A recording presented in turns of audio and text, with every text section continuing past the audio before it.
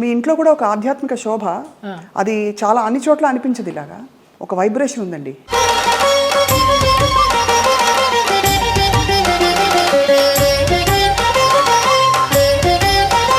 ఇంట్లోకి రాగానే ఒక దేవాలయంలోకి వచ్చిన అనుభూతి అనేసి అంటారు. మీకు నచ్చినట్టు బతికారు దాదాపుగా. కరెక్టా? అవును. సీతమ్మ ఎవరి మాట వినదని, పోగొట్టుకున్నా సంపాదించిన ఎన్ని ఒడిదుడుకులు అయినా కూడా నేను ఎవరిని బ్లేమ్ చేసేందుకు లేదు.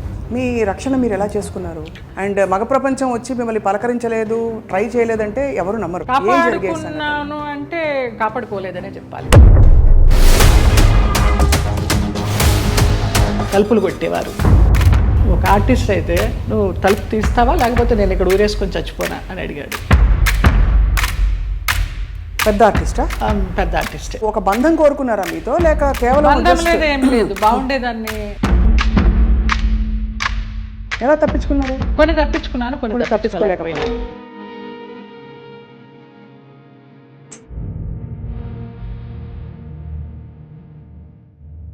వినిపించలేదనో, తలుపు చప్పుడు వినిపించలేదనో, ఇలాగే మేనేజ్ చేసుకుంటూ కొన్ని తప్పించుకుంటూ కొన్ని తప్పించుకోలేక కొన్ని తప్పనిసరిగా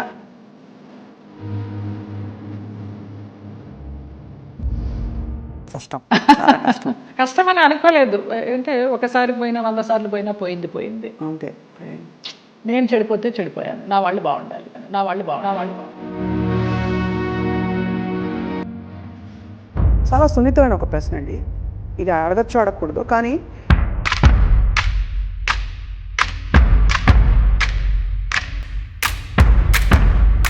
వాళ్ళ ప్రవర్తన కూడా ఒక ఒక గాయం చేస్తుంది కదా మనసులో. అట్లా నేను అబద్ధం చెప్పకూడదు, ఎవరు అలాగే ప్రవర్తించలేదు. ఆ పేరు నేను అడగను, ఎందుకంటే మిమ్మల్ని ఇబ్బంది పెట్టను, వారు కనుక ఇంకా ఉండుంటే కనుక ఇంకా ఇబ్బంది పెట్టను. ఓకే. మలయాళం పేరు. తెలుగు ఇండస్ట్రీలో బాగానే పోనీ మన ఇంటి పిల్ల అని ఏమన్నా హక్కును చేర్చుకున్నారా మిమ్మల్ని? ఇక్కడ కూడా ఇదేనా? అదే సమయంలో మీరు గాఢమైన ప్రేమలో పడ్డారు కదా. అది కూడా ఎలా పడాల్సి వచ్చిందంటే, ఏడుస్తూ పడుకుంటే అతను నన్ను చంపడానికి అంబాసిడర్ కారులో తీసుకెళ్తున్నాడు. మా ఆయన ఎవరైతే ఉన్నారో ఎక్స్ హస్బెండ్, నిలువెత్తు బాబా. ఫస్ట్ టైం నేను కాషాయ వస్త్రాల్లో అంబాసిడర్ కారు ఇలా ఆపి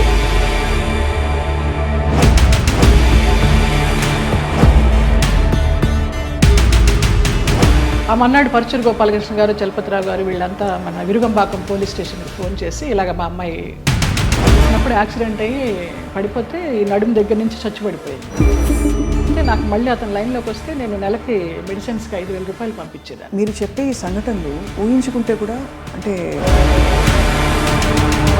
మీరు శరత్ బాబు గారు ఉన్నా కూడా చెప్పేదాన్నేమో, లేరు కాబట్టి ఇంకా ఫ్రాంక్గా చెప్తాను.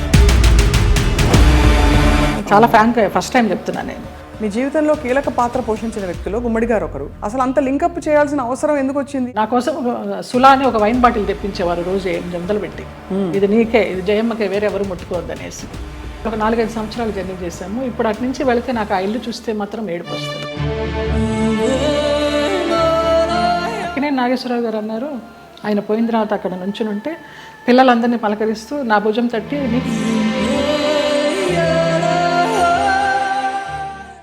అందరికీ నమస్కారం, సాదర స్వాగతం. ఐ డ్రీమ్ మీడియా సగర్వంగా సమర్పిస్తున్న ప్రత్యేక కార్యక్రమం సిల్వర్ స్క్రీన్ లెజెండ్స్. బాహ్య సౌందర్యం తల్లిదండ్రుల వల్ల మనకు కలుగుతుంది, ఆత్మ సౌందర్యం భగవదేచ్ఛ. అలాగే మనసుని చాలా అందంగా ఉంచుకోవాలంటే అది ఖచ్చితంగా స్వయంకృతాపరాధం. అంటే మనసు అందంగా ఉంచాలంటే బోల్డంత సంస్కారం అవన్నీ కావాలి. మరి బాహ్య సౌందర్యంతో పాటు అంతః సౌందర్యం కలిగిన వ్యక్తుల్ని కలిసినప్పుడు చాలా చాలా ఆనందం కలుగుతుంది. అటువంటి వ్యక్తుల్లో నాకు చాలా ఇష్టమైన నటి, అసలు మనసులో ఏముందో మొహం మీద ఉట్టిపడే వ్యక్తి ఎవరు అంటే జయలలిత గారు. పేరులో చాలా పవర్ ఉంది, కానీ లోపల మాత్రం సున్నితత్వం. 40 ఏళ్లుగా ఎన్నో పాత్రలు వేస్తూ బోరు కొట్టని బోరింగ్ పాప, జానాబెత్తల జానమ్మ, ఇలాంటి అద్భుతమైన క్యారెక్టర్స్తో మనందరినీ రంజింపచేశారు. కానీ మనసులో ఎప్పుడు ఏ కష్టం వచ్చినా ఇలా దాచుకున్నారు. నాట్య కళాకారిణిగా, నటిగా, అసలు జీవితాన్ని శోధిస్తున్న ఒక వ్యక్తిగా వారి ప్రయాణం గురించి వాళ్ళు తెలుసుకుందాం అద్భుతమైన ఈ కార్యక్రమంలో. నమస్కారం జయలలిత గారు. నమస్కారం స్వప్న. చాలా చాలా మనసుకు తృప్తిగా ఉంది. పరిచయం ఎంత అద్భుతంగా ఉందో, చాలా బాగా చేశారు. Thank you. నిజంగా మిమ్మల్ని చూసినప్పుడు అలాగే అనిపిస్తుంది. మీ కళ్ళు, మీ నవ్వు చాలా మనసులోంచి ఇలా వస్తుంది. ఎక్కడ నటన, ఊరికి ఏదో నవ్వాలి కదా అని ఎప్పుడు అనిపించదండి. ఇందాక మీరు అన్నారు కదా ఈశ్వరేచ్ఛ అని, అది అంతే, అదే నమ్ముతాను. మీ ఇంట్లో కూడా ఒక ఆధ్యాత్మిక శోభ, అది చాలా అన్ని చోట్ల అనిపించదు. ఇలాగా ఒక వైబ్రేషన్ ఉందండి అంటారమ్మా చాలా మంది ఇంటికి వచ్చిన వాళ్ళు. ఇంట్లోకి రాగానే ప్రశాంతత ఉంది, బయట చూస్తే ఏంటి ఇలాంటి ఫ్లాట్లో ఉంటుంది జయలలిత అనుకుంటాము, ఇంట్లోకి రాగానే ఒక దేవాలయంలోకి వచ్చిన అనుభూతి అనేసి అంటారు, అందరు అంటారు. ఆ నిశ్శబ్దం అసలు ధ్యానంలోకి వెళ్ళిపోవాలనిపించింది రాగానే. మీరు ఆధ్యాత్మికంగా కూడా ప్రయాణించారు కదా, అంటే ఇప్పుడు ప్రయాణిస్తున్నాను కూడా, అదే ఎందుకో మనసుకి హాయినిస్తోంది. ఇంకా ఈ ఆర్భాటాలు, ఈ అలంకారాలు, అలాంటి వాటన్నిటికీ దూరం అయ్యాననే చెప్పాలి. ఇంకా కొంచెం ఉంటుందేమో, దాన్ని కూడా దూరం చేయాలి. అది జయలలిత గారు చాలా ధైర్యంగా లైఫ్ని మీరు కొనసాగించారు, మీకు నచ్చినట్టు బతికారు దాదాపుగా. కరెక్టా? అవును. నిజమా? సీతమ్మ ఎవరి మాట వినదని. సీతమ్మ ఎవరి మాట వినదు. పోగొట్టుకున్న, సంపాదించిన ఎన్ని ఒడిదుడుకులు అయినా కూడా స్వయం కృతాపరాధం మీరు అన్నట్టు. నాకు నేను ఎవరిని బ్లేమ్ చేసేందుకు లేదు. మీ అసలు పేరు జయలలితేనండి? లలిత. లలిత. మరి జయలలిత అనేది జయ తర్వాత కలిసింది కదా? కలిసిందంటే నాకు ఊహ తెలిసిన తర్వాత నేను చూసిన ఫస్ట్ మూవీ కథానాయకుడు ఎన్టీ రామారావు గారు, జయలలిత గారు.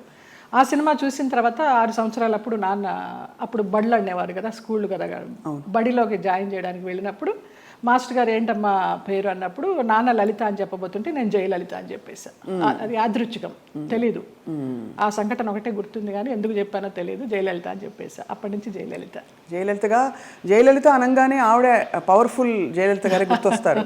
కానీ ఇక్కడ తెలుగునాట మీరు అంటే మీ ఏం చెప్పాలి, వర్చస్సు, ఒక అందం, ఒక గ్రేస్ ఏదైతే ఉందో ఆ జయలలిత గారికి ఈ జయలలిత గారికి పోలిక పడతారు. మీరు నమ్మచ్చు నమ్మకపోవచ్చు, అతిశయోక్తి అనుకోవచ్చు. మొన్న నేను కేరళ ఒక ఆయుర్వేదం ట్రీట్మెంట్కి వెళ్తే డీటాక్స్కి, అక్కడ వాళ్ళందరూ అన్నారు ఆ జయలలిత మీరు ఒకలాగానే ఉన్నారమ్మా అనేసి. ఫస్ట్ టైం ఆ గ్రూప్ అంతా అన్నారు. జయలలిత గారు, మీరు నాట్య కళాకారునిగా మీ అభ్యాసం మొదలుపెట్టినప్పుడు అప్పుడు మీ మనసులో ఏముండేది? తల్లిదండ్రులు చెప్పి మంచి డాన్సర్ అవ్వాలనుకునేవారా, లేదు అందరి ఇళ్లలో నేర్చుకుందాం? అసలు నా నాట్యాభ్యాసం ఎలాగా మొదలైందంటే అక్కకి నేర్పిస్తున్నారు. అక్కకి నేర్పిస్తున్నప్పుడు నేను చూస్తూ నేను కూడా నేర్చుకుంటాను అని ఏడ్చాను 5 సంవత్సరాలు. అప్పుడు అమ్మ అన్నారు ఇంకా నీకు అవగాహన లేదు, కొంచెం వయసు రావాలి, వచ్చిన తర్వాత నువ్వు నేర్చుకుందావు అంటే మా మాస్టర్ గారు అమ్మాయిలో ఉన్న జిజ్ఞాస చాలా నచ్చిందమ్మా నాకు. అంత వయసు అప్పుడు ఎవరికి కళల పట్ల ఆసక్తి ఉండదు, ఈ అమ్మాయికి ఏదో పూర్వజన్మ వాసన ఉంది, నేను నేర్పిస్తాను, మీకెందుకు మీరు కంగారు పడకండి అని. నేను ఏడిస్తే నేర్చుకుంటానని అట్లా నేర్పించారు. ఇంకా అది నాకు నరనరాల్లో అలాగా ఉండిపోయింది. ఒక పెద్ద నాట్య కళాకారిని అవుదామని, ఒక పద్మా సుబ్రహ్మణ్యం గారి లాగా లైఫ్లో పెళ్ళి అనేది ఏమి చేసుకోకుండా అలా ఉందామని అనుకున్నాను. బట్ నాన్నకి జర్నలిస్ట్ అవడం వల్ల, సినిమా వాళ్ళతో సంబంధాలు ఉండడం వల్ల, మీ అమ్మాయి బాగుంది, కలర్ అది, హైటు అది బాగుంది అంటే ఆ అమ్మాయిని హీరోయిన్ చేయాలి అనేసి, ఎన్ని పెళ్లి సంబంధాలు వచ్చినా కూడా వద్దు, మా అమ్మాయి అయితే పెళ్లి మంచి హీరోయిన్ అవ్వాలి, లేకపోతే డాన్సర్ అవ్వాలని ఆయన అలాగా కలలుగా అన్నారు. ఆయన కోరిక ప్రకారం ఆర్టిస్ట్ అవ్వాల్సి వచ్చింది. నా కోరిక అయితే మంచి డాన్సర్ అవ్వాలని. కానీ ఏ రోజు సంసారంలో సుఖపడాలి, ఇలాగా అంటే సెటిల్ అయిపోవాలి అనే ఆలోచన అనిపించలేదు? ఏదో ఒక స్పెషల్ అని, ఏదో మొత్తానికి ఏదో ఒక గోల్ పెట్టుకున్నాను, వాళ్ళలాగా అవ్వాలి వీళ్ళలాగా అవ్వాలని. ఏమీ అవ్వలేకపోయినాను, నేను నాలాగానే ఉన్నా.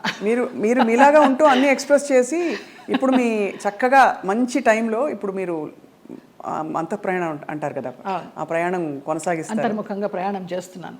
బాగా చెప్పారు. ఎంతవరకు నేర్చుకున్నా జయలలిత గారు మీరు నాట్యం? ఆల్మోస్ట్ డిప్లొమా అంతా అయిపోయిందమ్మా. డిప్లొమా అయిన తర్వాత ఏదో ఎంఏకి కట్టాలని అనుకుంటున్నప్పుడు మూవీ వచ్చింది, నాన్న వాళ్ళ ఫ్రెండ్స్ ఈ పోరాటం మార్పు కోసమని. ఇంకా ఆంధ్ర నాట్యం కూడా నేర్చుకోవాలని నటరాజ రామకృష్ణ గారి దగ్గర 1 year పేయింగ్ గెస్ట్గా ఉండి నేర్చుకున్నాను నేను. ఆ టైంలో నాన్న వచ్చి మా ఫ్రెండ్స్ సినిమా తీస్తున్నారు, అందులో హీరోయిన్కి డాన్సర్ అయి ఉండాలి, క్లాసికల్ డాన్సర్, నువ్వు నువ్వు చెయ్యాలి అనేసి అన్నారు. ఇంకా రూమ్లోకి వెళ్ళిపోయి గడిపెట్టేసుకుని ఏడుస్తూ కూర్చున్నాను. నేను డాన్స్ అవ్వాలనుకుంటే నన్ను సినిమాల్లోకి చేర్చడం ఏంటి, వెళ్ళనని. అప్పుడు నటరాజ రామకృష్ణ గారు, కళాకృష్ణ గారు నచ్చజెప్పి, నాన్న ఫ్రెండ్సే కదా తీస్తున్నది, వెళ్ళు, నచ్చితే చెయ్యి, కంటిన్యూ చెయ్యి, ఆఫర్లు వస్తే, లేకపోతే మళ్ళీ డాన్సర్గానే ఉండిపోదు అని నచ్చజెప్పి పంపించారు. ఇంకా వన్స్ ఆ రంగంలోకి వెళ్ళిన తర్వాత మరి వెనుదిరిగి నచ్చిందా మీకు సినిమా ఇండస్ట్రీ ఎక్స్పీరియన్స్ అది? మొదట్లో నచ్చలేదనే చెప్పాలి. తర్వాత రాను రాను ఇంకా ఫ్యామిలీ అంతా నా కోసమని షిఫ్ట్ అయిపోయి వాళ్ళు ఇబ్బందులు పడుతున్నప్పుడు లేదు వీళ్ళందరి కోసమన్నా నేను ఇష్టపడి చేయాలని అలాగా కాంప్రమైజ్ అయిపోయి చేసినవే. చాలామంది నటీమణులు ఈ మధ్య కాలంలో నేను కలుస్తున్నవారు నాకు యాక్చువల్లీ అప్పుడు ఇష్టం లేదు కానీ పరిస్థితుల ప్రభావం, ఆర్థిక పరిస్థితులను కూడా చెప్పారు. మీకు అటువంటి ఇబ్బందులు వచ్చాయి? ఆర్థిక పరిస్థితుల వల్లనే కదా, మరి మేము చాలా మిడిల్ క్లాస్, మరి లోయర్ మిడిల్ క్లాస్ అని చెప్పలేము, అప్పర్ మిడిల్ క్లాస్ అని చెప్పలేము, వయా మీడియా మిడిల్ క్లాస్. నాన్న ఒక ప్రొడ్యూసర్ని నమ్మి మీ అమ్మాయికి హీరోయిన్ ఛాన్స్ ఇస్తామంటే మెడ్రాస్ షిఫ్ట్ అయిపోయారు. షిఫ్ట్ అయిపోయిన తర్వాత ఆ ఛాన్స్ నాకు కొన్ని కారణాల వల్ల రాలేదు. అయ్యో, రానప్పుడు ఇంకేం చేయాలి, ఇంతమందితో వచ్చిన క్యారెక్టర్స్ చేసుకుంటూ పోదామని ఒక గైడెన్స్ లేకుండా, ఒక గాడ్ ఫాదర్ అనేవారు లేకుండా ఏ క్యారెక్టర్ వస్తే ఆ క్యారెక్టర్ చేశా. ఫ్యామిలీ గెట్ ఆన్ అవ్వాలి ఫస్ట్. కానీ నిజానికి మీరు కథానాయికగానే మొదలు పెట్టారు కదా? అవును, ఈ పోరాట మార్పు కోసం కథానాయిక. అవును, బట్ ఆ తర్వాత మీరు అనేది హీరోయిన్ క్యారెక్టర్స్ రాలేదు, ఏమీ రాలేదు. ఆ సినిమా ఏదైతే వస్తుందనుకున్నానో అది పోయింది. ఆ సినిమా టైంలో ఈ పోరాట మార్పు కోసం సినిమా టైంలో సాంగ్స్ కోసం విజయ గార్డెన్స్కి వెళ్ళినప్పుడు ఆ ప్రొడ్యూసర్స్ చూడడము, హీరోయిన్ ఛాన్స్ ఇస్తామనడము, మెయిన్ క్యారెక్టర్ వాళ్ళు ఇవ్వకపోవడం, మెడ్రాస్ షిఫ్ట్ చేసి. అదే టైంలో నానా మలయాళం మ్యాగజైన్ వాళ్ళు నన్ను చూసి బాగుంది అమ్మాయి మలయాళానికి హీరోయిన్గా పనికొస్తుంది అనేసి వాళ్ళు నానా మ్యాగజైన్లో ఇంటర్వ్యూ తీసుకోవడము, అలాగా మలయాళం మూవీస్కి వెళ్ళడం జరిగిందనమాట. మలయాళం మూవీస్లో మరి చేస్తూ అంత మంచి ఇండస్ట్రీ కదా మలయాళం ఇండస్ట్రీ, మరి అక్కడ మీకు ఎక్కువ నిలదొక్కుని ఇప్పుడు ఎలా అయితే సూపర్ స్టార్స్ మనకు ఉంటారు అలాంటి అవకాశాలు రాక, లేకపోతే మీరు ఏదొచ్చినా పర్లేదు అని ఒక? అలా కూడా కాదు. మలయాళంలో ఫస్ట్ నేను చేసింది ఉప్పు మూవీ, ముస్లిం సబ్జెక్ట్, తల్లి కూతురు నేనే, జ్యువెల్ రోలు. నాకు దానికి Kerala best actress state award కూడా వచ్చింది. అవును అవును. తర్వాత ఐవిశశి గారు అప్రోచ్ అయ్యారు. అప్రోచ్ అయితే మంచి డైరెక్టర్. అప్పుడు అంటే తెలియదు మనకి ఎలా ఉంటుంది, ఊరికే అవుట్లైన్ చెప్తారు కానివ్వండి, మంచి గ్లామర్ రోలు, కమల్ హాసన్ గారి పక్కన అనేసరికి చాలా ఆనందంగా ఉంటాం కదా. ఫస్ట్లోనే కమల్ హాసన్ గారి పక్కన ఉలగ నాయగన్ ఆయన పక్కన వచ్చింది అని. ఆ ముగ్గురు హీరోయిన్లు శోభన, గీత, నువ్వు అని చెప్పారు. ఓకే అనేసి ఒప్పేసుకున్నాను. అది కట్ చేస్తే విలన్ వైఫ్ వ్యాంపిష్. దాని తర్వాత రామానాయుడు గారు ఇంద్రుడు చంద్రుడిలో కమల్ హాసన్ గారి సెక్రటరీగా ఎవరు బాగుంటారంటే కమల్ హాసన్ గారు నన్ను రికమెండ్ చేశారు. అమ్మాయి ఎవరో చేసింది జయలలిత, చాలా బాగుంది, ఆ అమ్మాయిని పెట్టండి అని. అలాగే ఇంద్రుడు చంద్రుడిలో కూడా ఒక టైప్ ఆఫ్ వ్యాంప్. అలా అలా కంటిన్యూ అయిపోయినాయి. కానీ శృతిలయల్లో ఒక పాంచాలి క్యారెక్టర్ కానీ, రాజశేఖర్ని మాయ చేసి అతని చేత ప్రోగ్రామ్స్ ఇప్పించి కమిషన్లు అవి తీసుకుని ఆ టచ్ ఉన్నవే వచ్చినాయి అన్నీ నాకు. ఒకలా చూస్తే దానికి ఒక ప్రత్యేక స్థానం ఉంది, అదేం తక్కువని కాదు. కానీ కాదు, అప్పట్లో కాలంలో ఎల్ విజయలక్ష్మి గారు వాళ్ళు ఎంత బాగా చేసేవారు అది. కానీ అది స్వర్ణయుగం, దానికి తగ్గట్టుగా వాళ్ళు అంత ఎలివేట్ అయ్యారు. ఇంకా కొంచెం కొంచెం రాను వెండి యుగాలు, ఈ రాగి యుగాలు ఇవన్నీ వచ్చేసరికి అప్పుడు వాళ్ళు డాన్సర్స్ చేసిన, వ్యాంప్ చేసిన, హీరోయిన్స్ చేశారు, అన్నీ చేశారు. ఆ డైరెక్టర్స్ అంత క్రియేటివిటీ ఉన్న డైరెక్టర్స్ ఇప్పుడు వాళ్ళు కాదని చెప్పడం లేదు. వాళ్ళు ధైర్యం చేసి అన్ని రకాల క్యారెక్టర్లు ఇచ్చేవారు ఒక ఆర్టిస్ట్కి. గిరిజ గారు మామూలుగా కమెడియన్ చేసి నాగేశ్వరరావు గారి పక్కన హీరోయిన్ చేయలేదా? అలా మా తరానికి వచ్చేసరికి వ్యాంప్ అంటే వ్యాంపే, చెల్లెలంటే చెల్లెలే, అలాగైపోయింది. సరే ఏదో ఒకటి, మనకి కళారంగం మనల్ని ఆదరించింది, అభిమానంగా పిలుస్తున్నారు, మన కుటుంబాన్ని పోషిస్తోంది అనే ఒక సద్బుద్ధితోనూ ఒక మంచితనంతోనే గెట్ ఆన్ అవుట్ వచ్చి, అంటే దాదాపు జీవితం నిర్ణయించిన విషయాలని మీరు స్వీకరిస్తూ ఒక నదిలా ప్రవహిస్తూ వచ్చేసారు. అంతే. అది కొంచెం మెచ్యూరిటీ వచ్చిన తర్వాత ఇంకా ఇది కర్మ సిద్ధాంతాన్ని నమ్మడం అలవాటు చేసుకున్న తర్వాత మనకి ఏది ప్రాప్తమో అదే, ఏది రావాలో అదే వస్తుంది, ఎప్పుడు రావాలో అప్పుడే వస్తుంది అన్న తర్వాత మనసుకి చాలా ప్రశాంతంగా హాయిగా ఉంది. ఇంత అందమైన జయలలిత గారు అప్పుడు ఒక అమ్మాయి, అఫ్కోర్స్ నాన్నగారికి పరిచయాలు ఉన్నప్పటికీ కూడా ప్రతి చోటికి నాన్నగారు రాలేరు కదా, మీ రక్షణ మీరు ఎలా చేసుకున్నారు? చుట్టూ ఉంటే మగ ప్రపంచం, అండ్ మగ ప్రపంచం వచ్చి మిమ్మల్ని పలకరించలేదు, ట్రై చేయలేదంటే ఎవరు నమ్మరు. అవును అవును, అంటే అది జగమెరిగిన సత్యం. అలా అని వాళ్ళని ఏం అండలేదు. బట్ ఈ ప్రపంచంలో ఎలా మీరు మిమ్మల్ని మీరు కాపాడుకున్నారు? కాపాడుకున్నాను అంటే కాపాడుకోలేదనే చెప్పాలి. కాపాడుకోలేదు, ఎందుకు అబద్ధం చెప్పడం. పరిస్థితులకు అనుగుణంగా వెళ్ళాను, అందువల్ల నేను పెద్ద ఇబ్బందులు ఏమీ ఎదుర్కోలేదు. కొంచెం ఫ్రెండ్లీగానే మూవ్ అవుతూ, నవ్వేస్తూ. అది వరకు ల్యాండ్ లైన్లు ఉండేవి, ఫోన్లు, ల్యాండ్ లైన్ తీసి పక్కన పెట్టేసేవాళ్ళం. అవుట్డోర్ వెళ్తే తలుపులు కొట్టేవారు.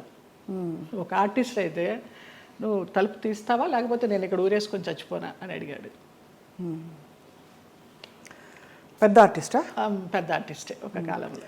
అంటే ఎందుకు అడుగుతున్నానంటేనండి, మరి అది వాళ్ళు ఒక బంధం కోరుకున్నారా మీతో, లేక కేవలం బంధం లేదు, ఏం లేదు, బాగుండేదాన్ని, యంగ్లో ఉన్నాను, మంచి పర్సనాలిటీ, వ్యాంప్ క్యారెక్టర్లు వేస్తున్నాను, కూడా అదే అయి ఉండొచ్చు అనే ఒక అపోహ. ఎలా తప్పించుకున్నారు? కొన్ని తప్పించుకున్నాను, కొన్ని తప్పించుకోలేకపోయాను. తప్పలేదు. అంటే మీరు నిర్ణయం తీసుకుని ఎవరైనా ఒక నిర్ణయం తీసుకుని ఇలా ఉండాలని ఉంటే అది వాళ్ళ ఇష్టం, అది కానీ అయిష్టంగా బలవంతంగా గనక ఏ పరిస్థితిలోకి వెళ్ళినా కూడా అది బడి కావచ్చు, ఇంకోటి కావచ్చు, ఇటువంటి ఒక చాలా కష్టం కదండి. ఒకసారి అలాగే ఒక డైరెక్టర్ని రిజెక్ట్ చేశాను అనేసి అతను ఆ క్యారెక్టర్ కట్ చేసి పంపించేశారు. పర్లేదు అనుకున్నాను. అలా కూడా జరిగిన సందర్భాలు. ఆ రోజుల్లో ఎలా ఉండేది జయలలిత గారు మీకు? అంటే మనసులో ఇలా జరుగుతోందని ముందే తెలుసా? వాళ్ళు తలుపులు కొట్టేటప్పుడు భయం వేసేదా, లేకపోతే తెలుసు ఎలా తప్పించుకోవాలనే ఆలోచన తప్పించి ఆ భయాలు అవేమీ లేవు. తలుపులు బద్దలు కట్టలేరు. మన్నాడు ఏమన్నా అడిగినప్పుడు ఏదో దాటేస్తాం, ఏదో ఒక రీజన్ చెప్తాం. అవునా, నిద్ర పట్టేసింది, ఫోన్ వినిపించలేదనో, తలుపు చప్పుడు వినిపించలేదనో, ఇలాగే మేనేజ్ చేసుకుంటూ కొన్ని తప్పించుకుంటూ, కొన్ని తప్పించుకోలేక, కొన్ని తప్పనిసరిగా. కష్టం, చాలా కష్టం. అయితే కష్టమని అనుకోలేదు.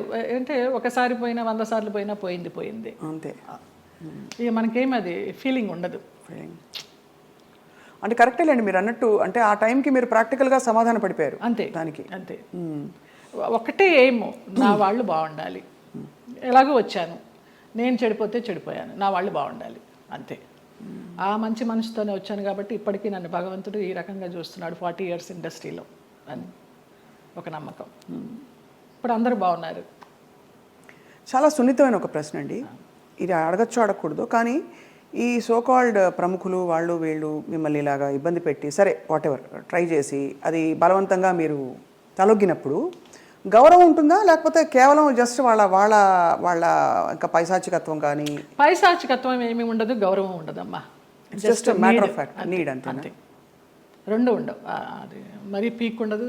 కానీ అంటే ఎందుకు అడుగుతున్నానంటేనండి, ఆ టైంలో వాళ్ళ ప్రవర్తన కూడా ఒక గాయం చేస్తుంది కదా మనసులో. అట్లా నేను అబద్ధం చెప్పకూడదు, ఎవరు అలాగ ప్రవర్తించలేదు. పైశాచికము లేదు, ప్రేమ లేదు. ప్రేమ అసలు ఉండదు. ఒప్పుకొని వెళ్ళాము, అంతవరకు. వాళ్ళ నీడ్ అయిపోయింది, వచ్చాము. తర్వాత ఎలా ఉండేవారు వీళ్ళందరూ? బాగానే ఉండేది మామూలుగా. షార్ట్ అంటే షార్టే, అంతే. సో అది అలాగా ఒక ప్రొఫెషనల్ సిస్టంలో దాదాపు ప్రతి హీరోయిన్కి, ప్రతి అందమైన నటికి ఇది సర్వసాధారణమైపోయిన పరిస్థితులు వచ్చాయి అనే ఒక బాధతో తప్ప మరీ మిమ్మల్ని ప్రోబ్ చేసి ఇబ్బంది పెట్టాలని కాదు జయలలిత గారు. అయ్యో లేదమ్మా. ఎందుకు అది నామ్ అయిపోవాలి, ఎందుకు ఒక బెంచ్ మార్క్ అయిపోవాలి అని అంటే, మనం ఈరోజు అనేక కమిటీలు పెట్టడాలు, ఇండస్ట్రీ ఇతర వర్క్ ప్లేసెస్లో వేధింపుల కమిటీ ఉండాలని చెప్పి, అంటే వేధింపులని వ్యతిరేకించే కమిటీలు. బై గాడ్స్ గ్రేస్ మాకు అట్లాంటి వేధింపులు ఏం లేవు, కానీ తప్పలేదు. అంటే అది కరెక్టే. అంటే వేధింపులు లేకపోయినా ఒక పాయింట్లో మీరు ఎస్ చెప్పకపోతే మీకు అవకాశాలు తగ్గిస్తాం అన్నది ఒక వేధింపే కదా. అవును. అంటే మీకు టాలెంట్ ఉండి కూడా చెప్పాను కదా, ఒక డైరెక్టర్ పంపించేశారు సుగం క్యారెక్టర్ అయిన తర్వాత అనేసి. ఆ పేరు నేను అడగను, ఎందుకంటే మిమ్మల్ని ఇబ్బంది పెట్టను. వారు గనక ఇంకా ఉండుంటే గనక ఇంకా ఇబ్బంది పెట్టను. లేరు, పోయినారా? Okay. Malayalam director. Okay. Telugu ఇండస్ట్రీలో బాగానే పోనీ మన ఇంటి పిల్ల అని ఏమన్నా అక్కును చేర్చుకున్నారా మిమ్మల్ని? ఇక్కడ కూడా ఇదేనా? అక్కున చేర్చుకోలేదు, చీకొట్టలేదు. రైట్. అదే సమయంలో మీరు గాఢమైన ప్రేమలో పడ్డారు కదా? అవునమ్మా. మలయాళం డైరెక్టర్. అది కూడా ఎలా పడాల్సి వచ్చిందంటే, నేను డేట్స్ ఇచ్చినప్పుడు నాన్న నాకు తెలియకుండా వేరే క్రాస్ బెల్ట్ మణి అని మన హీరోయిన్ మీనా వాళ్ళ మేనమామ, ఆయన కూడా ఒక కాలంలో ఒక ఈ సి గ్రేడ్ టైప్ ఆఫ్ మూవీస్కి మంచి పెట్టింది పేరు ఆయన. నేను చేసే సినిమాలు కూడా సి గ్రేడ్ సినిమాలే అప్పుడు, బీసీ గ్రేడ్. మీరు అంత ఓపెన్గా సి గ్రేడ్ సినిమాలు చేశానని చెప్తున్నారు కదా, అది ముచ్చటేసని చూసి ఎంత నిజాయితీగా చెప్తున్నారని చెప్పండి మ్యామ్. ఆ టైంలో నాన్న వాళ్ళకి ఇచ్చారు, నేను వీళ్ళకి ఇచ్చాను. అప్పుడు ఆ లొకేషన్కి వచ్చి ఆయన రౌడీయిజం చేయపోయినారు, క్రాస్ బెల్ట్ మని. అప్పుడు ఇతను నేను భయపడి ఏడుస్తుంటే నన్ను ఒక రూమ్లో ఉంచి నీకెందుకు, నేను ఉన్నాను కదా, నేను సమాధానం చెప్పి పంపిస్తాను, వాళ్ళు మాకు చుట్టాలి అన్నట్టుగా అలాగే పంపించేసరికి అబ్బా నా లైఫ్ని సేవ్ చేసి అతను దొరికాడు అన్నట్టుగా బ్లైండ్గా పడిపోయిన ప్రేమలో. ఆ తర్వాత బ్రహ్మానందం గారి డైలాగ్ లాగా ప్రేమించింది తర్వాత ప్రేమించాల్సి వచ్చింది అన్నట్టుగా కొంచెం కొంచెం తెలుస్తుంది అతని గురించి 7 ఇయర్స్లో. అయినా కూడా ఏదో మొహమాటంలాగా కమిట్ అయిపోయినాం అన్నట్టు కదా అన్నట్టుగా చేస్తూ వచ్చాను. అందరూ చెప్తూ వచ్చారు పెద్ద జెన్యూన్ కాదు, చూసుకో అనేసి. ఇక లాస్ట్గా అతను కూడా బ్లడ్తో లెటర్స్ రాసేసి ఒక మన ఇప్పుడు ఆ హాట్ డ్రింక్స్ అవి తాగుతారు కదా, మన విస్కీ తాగే ఒక బాటిల్ లాంటి దానిలో, అది విస్కీనో మరి బ్రాందీనో తెలియదు, అందులో పాయిజన్ పోసుకుని తాగుతాను, ఇంటి ముందరకు వచ్చేసి చచ్చిపోతానని అంటే ఇంకా అందరికీ ఇంట్లో వాళ్ళకి ఇష్టం లేకుండానే బలవంతంగా నేనే నగలు కొనుక్కొని నేనే పెళ్లి బట్టలు కొనుక్కొని, జయకృష్ణ గారు కొనిచ్చారు పెళ్లి బట్టలు. అలాగా కేరళ వెళ్ళిపోయి చూడటానికరమ్మ కొచ్చిన్లో, చాలా మహిమగల అమ్మవారు, అక్కడ మ్యారేజ్ చేసుకున్నాం. అప్పుడు ఇంట్లో వాళ్ళందరూ ఇంక నామకే వస్తే వచ్చి అక్షంతలు వేసి భోజనం చేసేసి వెళ్ళిపోయారు. ఆయన కాపురానికి పంపించడానికి ఎవరు నాకు కూడా ఉండడం కానీ ఏమీ లేదు. నా అంతటి నేనే చేసుకుని నా అంతటి నేనే వెళ్ళి నా అంతటి నేనే వచ్చా బ్యాక్ టు పెవిలియన్. ఆ టైంలో జయలలిత గారు ఆయనకి మళ్ళీ అంటే ఆయనకి మొదటి పెళ్ళే కదా ఆయనకి ఇద్దరికి అంటే మీకు కాలేదు, వివాహం కాలేదు, బట్ ఆయనకు కూడా ఏమి. అవును. బట్ ఏ ఇబ్బందులు వచ్చాయి మీ ఇద్దరు మధ్య? డబ్బు, వాళ్ళకి అప్పులు ఎక్కువైపోయినాయి, చాలా విపరీతమైన లావిష్నెస్ వాళ్ళకి. నేను మంచి 3 షిఫ్ట్ చేస్తూ ఉన్నాను ఆ టైంలో. నా నగలన్నీ అమ్మేసుకున్నారో తాకట్టు పెట్టుకున్నారో తెలీదు. సినిమాలకు వచ్చిన డబ్బంతా కూడా వాళ్ళే తీసుకునేవాళ్ళు, అమ్మ నాన్నకి ఇవ్వద్దనేవారు. అమ్మ నాన్న భయపడి పవర్ ఆఫ్ అటర్నిటీ రాయించుకొని నీకు బిడ్డలు పుట్టిన తర్వాత నేను నీ ఆస్తి నీకు ఇస్తామంటే, ఆ పవర్ ఆఫ్ అటర్నిటీ ఎక్కడికి వెళ్ళి సైన్ చేసావు, అది క్యాన్సిల్ చెయ్యి, బిడ్డను కానీ అంటే అతనికి తెలియకుండా నేను లేడీ డాక్టర్ దగ్గరికి వెళ్ళి నాకు బిడ్డలు వద్దు, ఒక 6 months నేను కొంచెం జాగ్రత్తగా ఉండాలనుకుంటున్నానని అతనికి తెలియకుండా నేను లేడీ డాక్టర్ దగ్గరికి వెళ్ళి ఆ పిల్స్ తీసుకొని వేసుకుంటూ ఆ బిడ్డలు రాకుండా జాగ్రత్త పడ్డా. ఇక ఆ తర్వాత 3 monthsకి గొడవలు, 6 months నుంచి కొట్టుళ్ళు, యాసిడ్లు పోస్తాను అనడాలు, గదిలో బంధించడాలు, ఇవన్నీ అయిన తర్వాత ఏడుస్తూ పడుకుని ఉంటే అతను నన్ను చంపడానికి అంబాసిడర్ కారులో తీసుకెళ్తున్నాడు. మా ఆయన ఎవరైతే ఉన్నారో ఎక్స్ హస్బెండ్, నిలువెత్తు బాబా. ఫస్ట్ టైం నేను కాషాయ వస్త్రాల్లో అంబాసిడర్ కారు ఇలా ఆపి నేను కూర్చున్న వైపు డోర్ తీసి నన్ను గబగబగా లాక్కెళ్ళారు. ఆ మన్నాడు పరుచూరు గోపాలకృష్ణ గారు, చలపతిరావు గారు వీళ్ళంతా మన విరుగంబాకం పోలీస్ స్టేషన్కి ఫోన్ చేసి ఇలాగ మా అమ్మాయి అపాయకరమైన పరిస్థితిలో ఉంది, మీరు వెళ్ళి ఆ అమ్మాయిని బయటికి తీసుకురావాలని చెప్పి అలా ఇంటికి తీసుకొచ్చారు నన్ను. ఆ బాబా సంఘటన అలా జరగడం, ఇక్కడ పరుచూరు గోపాలకృష్ణ గారు, చలపతిరావు గారు ఇలా సహకరించడం అంత యాదృచ్ఛికం. అంటే ఎవరో ఒకళ్ళు భగవంతుడు పంపిస్తాడు అంతే, ఆయన రాడుగా నేరుగా. అంటే మనసు పెట్టి మీరు ఇష్టపడి అన్నీ వదులుకుని ఎవరు లేకుండా మీరు వెళ్ళి చేసుకున్న పెద్ద స్టేట్మెంట్స్ ఇచ్చేసి కళ్యాణం వచ్చిన ఆగదనేసి అందరూ అనేవారు దొంగోళ్ళు బట్టి ముఖంలా ఉన్నాడు, ఎలా నచ్చాడు నీకు, ఎలా నమ్మావే అనేసి. అంటే మీకు ఆ టైంలో మీరు గాయపడిన మీకు అదే ఆయనే రక్షణ ఇచ్చాడు. ఎందుకంటే అంత ముందందరూ వచ్చిన వాళ్ళందరూ మీతో మిస్బిహేవ్ చేసిన వాళ్ళు, మీకు ఇబ్బంది పెట్టి మిమ్మల్ని ఏదో ఒకటి రాబట్టారు. సో ఇతను ఏదో ఇస్తారనుకుని మీరు తప్పలేదండి. అంటే నమ్మకపోతే జీవితం ఎందుకండి? ఇంపార్టెంట్ విషయం, మీరు నమ్మి దెబ్బ తగిలినా కూడా ఆ గాయం ఎక్కువ ఇది కాకుండా భగవంతుడు వచ్చి మిమ్మల్ని కాపాడు. నిజంగా తర్వాత అతను రమ్యకృష్ణతో నీలాంబరి సినిమా చేశాడు కన్నడలో. ఇంకేదో మూవీ చేస్తున్నప్పుడు యాక్సిడెంట్ అయ్యి పడిపోతే ఈ నడుము దగ్గర నుంచి చచ్చుబడిపోతే నాకు మళ్ళీ అతను లైన్లోకి వస్తే నేను నెలకి మెడిసిన్స్కి 5,000 రూపాయలు పంపించేదాన్ని అతనికి. జాలి అవసరమా ఏమో తెలీదు, ఇంకా రుణానుబంధం ఉందనుకుంటా అనేసి. చాలా సంవత్సరాలకి అది. ఒక పాప పుట్టింది అతనికి, వేరే పెళ్లి చేసుకుని. ఆ పాపకి ఇప్పుడు లేదు, నేను చాలా ఒక 4-5 years అయిపోయింది టచ్ లేకుండా. 13 సంవత్సరాలు ఎప్పుడో దాని పుట్టినరోజు అని అది ఇది అంటే ఇక్కడి నుంచి ఏమైనా పంపించేదాన్ని. ఆ పిల్ల అడిగేదంట ఎవరు పంపించారు నాన్న అని. బాబా పంపించారమ్మా అనేవాడంట. బాబా గారు భక్తులా మీరు మొదటి నుంచి? నాకు రమాప్రభమ్మ పరిచయం చేసింది బాబా గారిని ధవళేశ్వరంలో, నల్లబాబా.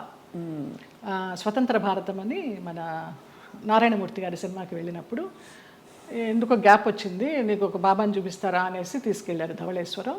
అప్పుడు చూడడమే, ఆవిడే పరిచయం చేసింది.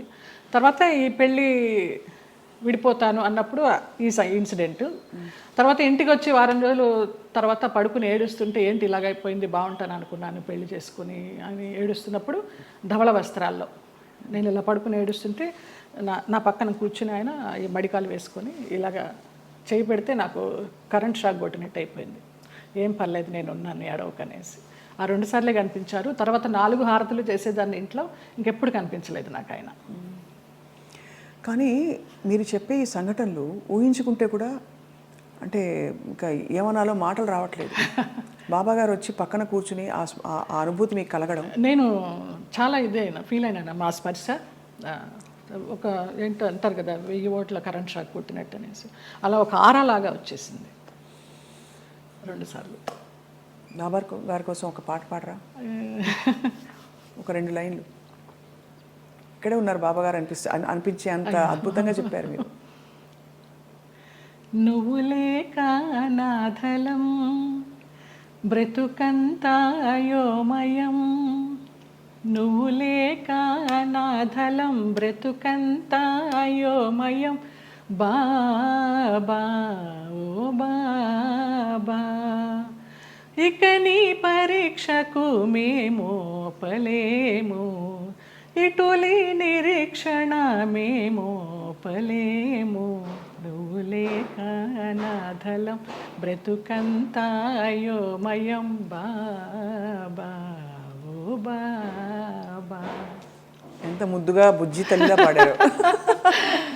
నాకు అది బ్రహ్మానందం గారు ఇచ్చారు ఆ బాబా. ఓ ఈ బాబా గారు, బాబా డివోటివ్ కదా అనేసి వాళ్ళ మేనేజర్ చేత ఇచ్చి పంపించారు.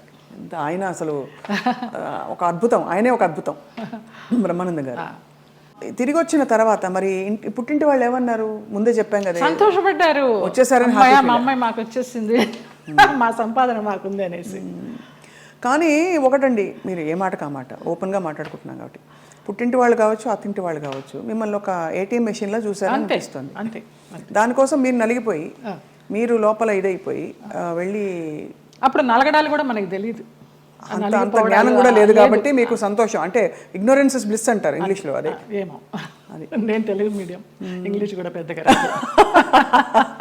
BA Telugu medium. అంటే సింపుల్గా చెప్పాలంటే ఎవరి పిచ్చి వారికి రక్షణ, ఆనందం కాకపోయినా మీకు తెలియనితనమే మీకు మళ్ళీ కాపాడింది.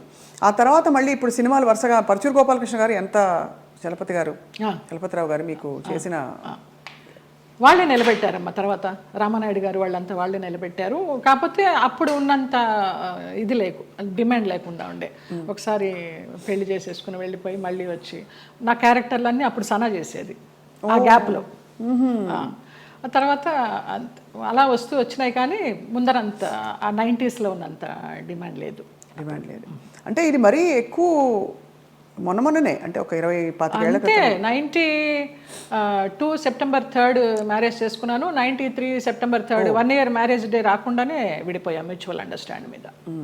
తర్వాత ఏమి ఇబ్బంది పెట్టలేదా మిమ్మల్ని? ఏం లేదమ్మా అసలు.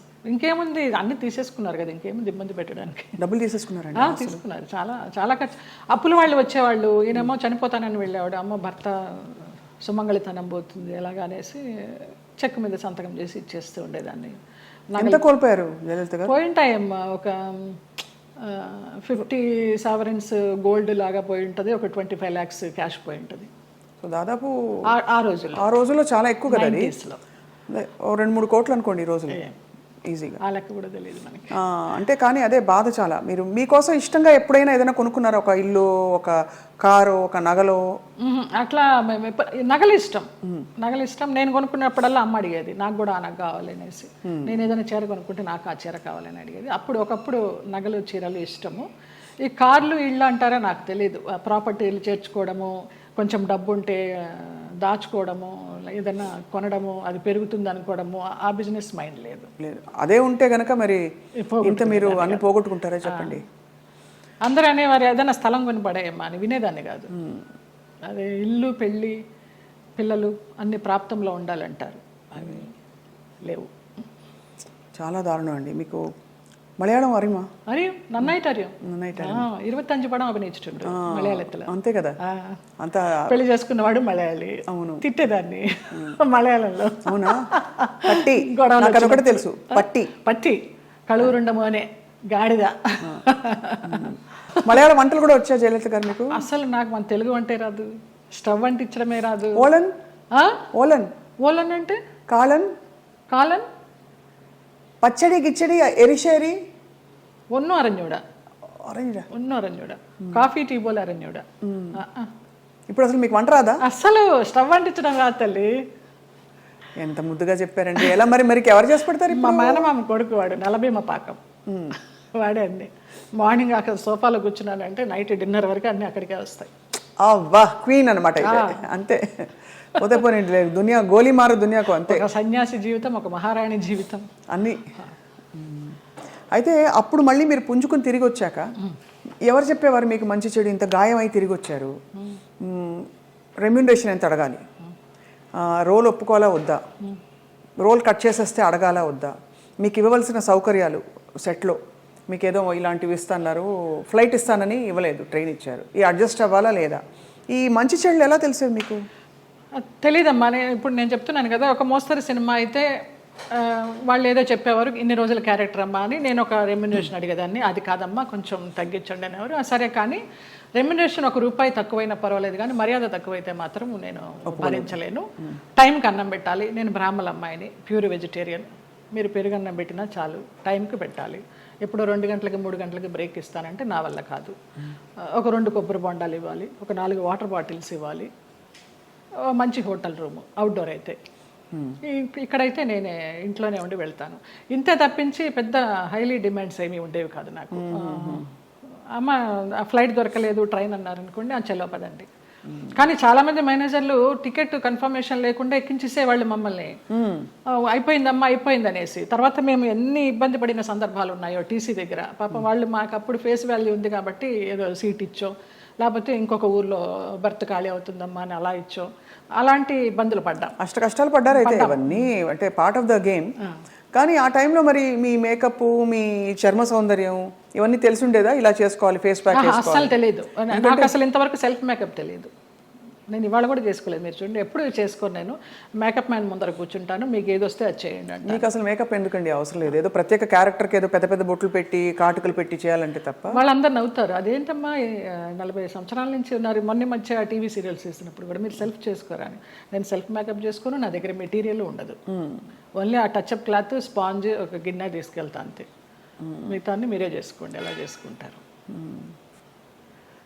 మరి ఆ టైంలోనే కదా మీకు వచ్చిన బోరు కొట్టని, బోరింగ్ పాప, ఇవన్నీ ఎప్పుడు వచ్చాయి? ఏ టైంలో వచ్చాయి? లారీ డ్రైవర్ బాలయ్య బాబుతో చేసినప్పుడు జస్ట్ ఒక సీన్, ఒక సాంగ్, ఒక ఇమాజినేషన్ సాంగ్, డ్రీమ్ సాంగ్, దాంతో బోరింగ్ పాప అని వచ్చేసింది. జనాల్లోకి బాగా వెళ్ళిపోయింది ఆ క్యారెక్టర్. అవును, చిన్న క్యారెక్టర్ అయినా కూడా. అలాగే ఏప్రిల్ 1 విడుదల భాగ్యం క్యారెక్టర్ కూడా అలాగే వెళ్ళింది. అద్భుతమైన వంశీ గారి సినిమాలు అసలు ఓ రేంజ్. అవును. ఏ డైరెక్టర్తో మీరు వర్క్ చేసినప్పుడు మీకు హాయిగా అనిపించేది, అంటే ఇది కదా నాకు ఇష్టమైన వాతావరణం అని? చాలా మోస్ట్లీ ఈవీవి సత్యనారాయణ గారు అలాగే ఉండేదమ్మా, జంజాల గారు అలాగే ఉండేవారు, వంశీ గారు అలాగే ఉండేవారు, మోహన్ గాంధీ గారు అలాగే ఉండేవారు, కోదండరామరెడ్డి గారు అలాగే ఉండేవారు. చాలా ప్లెజెంట్గా. మన శరత్ గారు వంశోద్ధారకుడు, వంశానికి ఒకడు, అవన్నీ చేసి సాయంత్రం 6 అయిందంటే నేను, వైవిజయ, అన్నపూర్ణమ, శ్రీలక్ష్మి, మేమంతా ఒక బ్యాచ్ ఉండేవాళ్ళం సినిమాల్లో. ఒక టైంలో అందరం ఉండేవాళ్ళం, అన్ని క్యారెక్టర్స్ ఉండేవి. ప్యాకప్ ఎప్పుడు అంటే ఆ శరత్ గారు విసుకొని దుబ్బేయండి అనేవారు. రేపు చేసుకుంటాలి, మీ క్లోజులు వెళ్ళిపోండి అనేసి. అలాగా రాఘవేంద్రరావు గారి దగ్గర, అందరి దగ్గర ఒక్కొక్క డైరెక్టర్ ఒక్కొక్క గురువు అంతే. ఎవరి దగ్గర ఏం నేర్చుకోవాలి, ఒక డిసిప్లినా, ఒక సిస్టమేటిక్గా, ఒక యాక్టింగ్గా. బాపు గారిని సార్ ఎలా చేయమంటారు, మీరు చేయండి అమ్మా, నాకు కనుక అది సరిపోలేదనుకుంటే నేను చెప్తాను, నేను ఇంప్రూవ్ చేస్తాను, లేకపోతే మీరు చేసిందే చాలు నాకు అంటారు మహానుభావుడు. చెప్పారండి. విశ్వనాథ్ గారు అయితే అన్నీ చేసి చూపిస్తారు. విశ్వనాథ్ గారితో చేసిన సినిమాలు నేను శృతిలయలు, స్వయం కృషి లాస్ట్లో, చిరంజీవి గారికి చరణ్ రాజ్కి ఫైట్ అప్పుడు స్వయం కృషిలో మంచి వెన్నెల ఇప్పుడు మగువ మనకు పంచబాణుని కేళి బాగుగా గూడుండ మగువా మగువా ఆ సాంగ్. బట్ మంచి సాంగ్. శేషు మాస్టర్ గారు కొరియోగ్రాఫరు. చిరంజీవి గారు ఫైట్ చూస్తారు కానీ జయలలిత సాంగ్ ఎవరు చూస్తారు అక్కడ? అలాగా ఆ క్లాసికల్ సాంగ్ అలాగ అయిపోయింది అనమాట. స్వరాభిషేకం శ్రీకాంత్ గారు ఆయన అన్నదమ్ములుగా చేసింది, అది చేశాను ఏవిఎస్ గారి భార్యగా. మంచి క్యారెక్టర్స్ పడ్డాయి యాక్చువల్లీ, గుర్తుండిపోయే క్యారెక్టర్స్.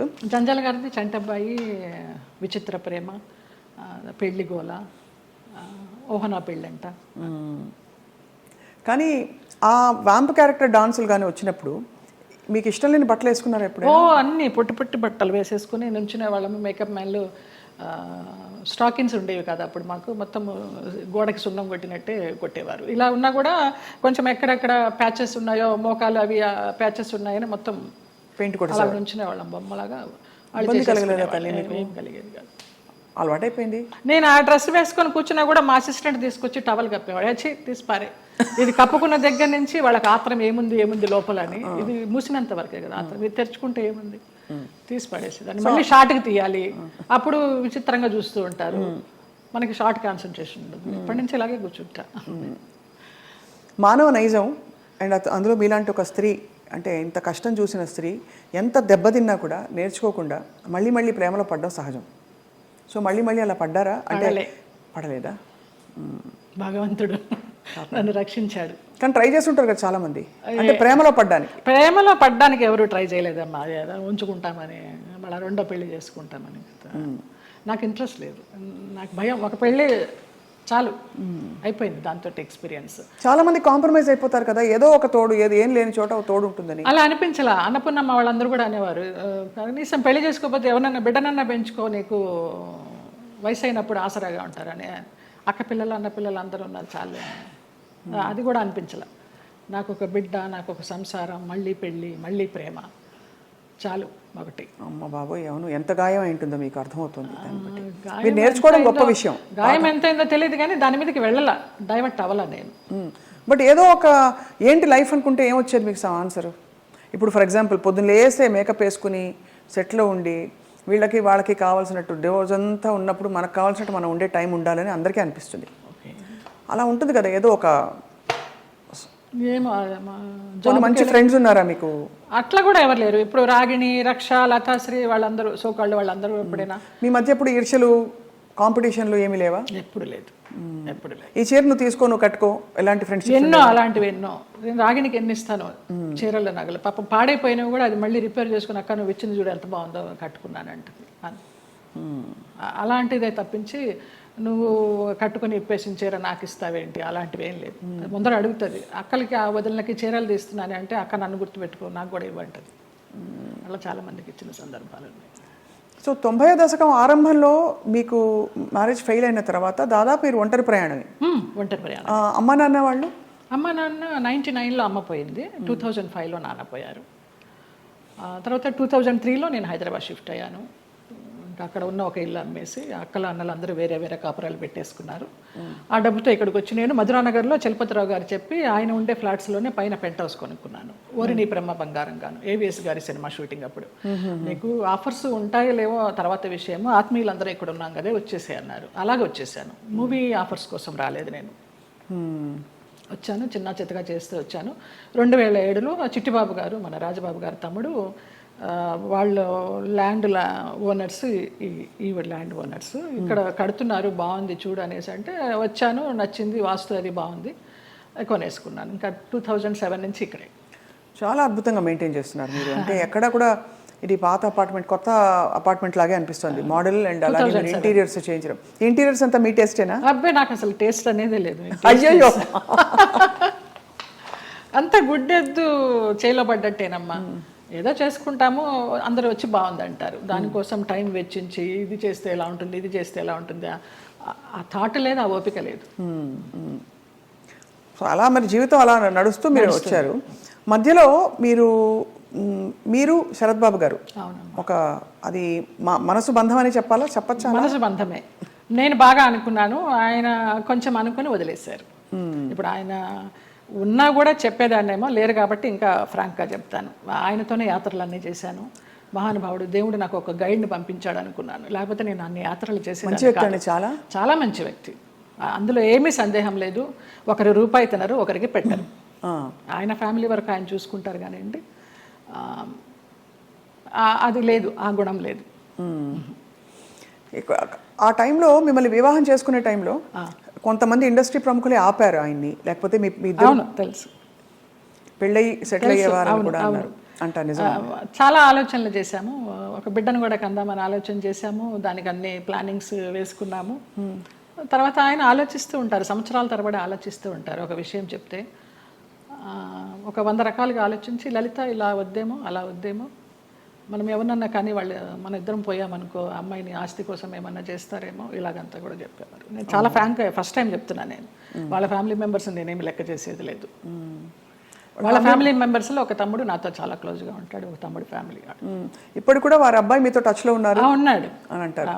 అంటే పిల్లలాగానే ఎక్కడ మిమ్మల్ని ఒక శత్రువుగా చూడలేదు కుటుంబానికి? లేదు లేదు, కుటుంబానికంటే వారి కుటుంబానికి. వారి కుటుంబంలో ఎవరికి నేను పెద్ద తెలీదు, మా మధ్య ఏం జరిగిందని కూడా ఎవరికి తెలియదు. ఈ తమ్ముడు గారి ఫ్యామిలీకి తప్పించి వాళ్ళకు కూడా అంతంతే పైనే.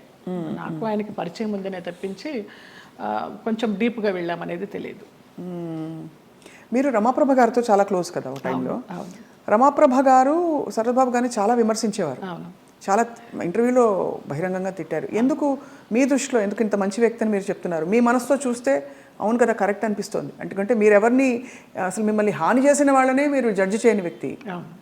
అలాంటిది అసలు అంటే మనం ఒకవైపునే విని చెప్పలేము కదా, మరి జడ్జ్ చేయలేము కదా. మరి అప్పుడు వాళ్ళిద్దరు కలిసి ఉన్న పరిస్థితుల్లో ఏం జరిగిందో అది నేను కూడా చెప్పలేను. కానీ నా వరకు ఆయన చాలా మంచి వ్యక్తి, చాలా మంచి వ్యక్తి. ఏ విషయంలో మీకు నమ్మకం కలిగింది? ఫర్ ఎగ్జాంపుల్ అంటే మీరు చూసిన అనుభవాల్ని బట్టి మనని ఇతను హింసించడు, మన డబ్బులు తీసుకోడు, లేదు వేరే విధంగా వేధించడు, కంట్రోల్ చేయడు, ఇలా రకరకాల కేటగిరీల్లో మనం తిన్న దెబ్బల్ని బట్టి ఆ విషయంలో మనకు నమ్మకం కలుగుతుంది. ఏ విషయంలో మీకు ఒక భరోసా కలిగింది ఆయన మీద? నాకు తెలియదు. నా అంతటి నేనే మామూలుగా బావా అని పిలిచేదాన్ని, వెళ్ళేదాన్ని. రమాప్రభ గారి కోసం అక్కకి ఏమన్నా చేయండి బావా అనేదాన్ని. అక్కకి చాలా చేశానమ్మా, ఇంకా నేను చేయాల్సింది ఏమీ లేదు అనేవారు. అలాగా నేను ఈ గుళ్ళు వెళ్తాను, ఆ గుళ్ళు వెళ్తాను, ఈ పురాణాలు చదువుతానంటే ఆయన దగ్గర కూర్చుంటే గంటలు అలాగా టైం పాస్ అయిపోయేది. అప్పుడు నేను ఒక ఆడదాన్ని అనే అభ్యంతరం లేకపోతే మీ వెంట తీసుకెళ్ళడానికి, మీరు యాత్రలకు వెళ్ళినప్పుడు నాకు చెప్పండి బావా నేను వస్తాను అనేదాన్ని. అలాగా మా యాత్ర సాగిందనమాట. అట్లా ఇంకా ఆయన లలిత అని పిలవడము, క్లోజ్ అయినామని చెప్పాలి. దాదాపు మీకు అంటే గృహస్థాశ్రమం లేకపోయినా వానప్రస్థాశ్రమం లాంటిది తొందరగా ఫాస్ట్ ఫార్వర్డ్ మోడ్లో కర్మలు అయిపోతాయి చూడండి. ఇప్పుడు మనం అనుభవించడానికి వచ్చిన కర్మలు అయిపోవాలంటారు కదా, అలా మీకు ఏదో రాసి పెట్టినట్టు మీరు దాన్ని అటాచ్ అయ్యారు, మళ్ళీ డిటాచ్ అయిపోయారు. అవును. ఆయన ఒక విషయంలో బాధపడుతున్నప్పుడు చిట్టిబాబు గారు వాళ్ళే చెప్పారు, పోనీలే నీకు భగవంతుడు ఆయన్ని గైడ్ కింద పంపించాడు నువ్వు యాత్రలు చేయడానికి. ఆయన పోయినప్పుడు బాధపడితే మంచి వ్యక్తి వెళ్ళిపోయారు అనేసి అన్నారు. ఇంకా అప్పటితో ఆ ఆలోచన కూడా లేదు. ఇంకా వెళ్ళాను, హాస్పిటల్కి వెళ్ళేదాన్ని, చూసేదాన్ని, అసలు మన సృహలోనే లేరు. లాస్ట్ ఇయర్ February 14th నాడు, వ్యాలంటైన్స్ డే నాడు హాస్పిటలైజ్ అయిన మనిషి May 21st నాడు పోయినారు. చూడలేకపోయారు కదా? చూడలేకపోయిన వాళ్ళం. బావా అని పిలిచేదాన్ని, అయ్యప్ప అని పిలిచేదాన్ని ఆయన్ని. ఆయన ఆధ్వర్యంలో ఇరుముడి కట్టుకొని నేను మండలం రోజులు అయ్యప్ప దీక్ష చేసి అయ్యప్పకే వెళ్ళాను. ఆయనతో వెళ్ళాలనుకున్నాను కానీ వెళ్ళలేకపోయినాను, నేను విడిగా వెళ్ళాను. అప్పుడు నేను ఇరుముడి కట్టుకునేటప్పుడు ఆయనే చెప్పారు నాకు మంత్రాలన్నీ. అట్లా అయ్యప్ప అని నా ఫోన్లో కూడా తత్వమసి అని ఫీడ్ అయి ఉంటుంది ఆయన పేరు. అయ్యప్ప తత్వమసి అంటే ఎంత మీరు మనసులో ఆయనకి చాలా ఆరాధించాను. ఆయనకి సేవ చేసుకుంటూ అలా ఉండిపోవాలనుకున్నాను. బట్ భగవంతుడు పడనిలా. లేదు, రుణం లేదు. అది అంతేనండి బంధాలు కదా, బంధాలు అంతేనా? మరి అంతే అనుకోవాలి. రుణం ఉన్నంత వరకు మనం కలిసి ఉంటాం, తర్వాత అంతే. కూడబెట్టిన పుట్టిన వాళ్ళు మన బిడ్డలే.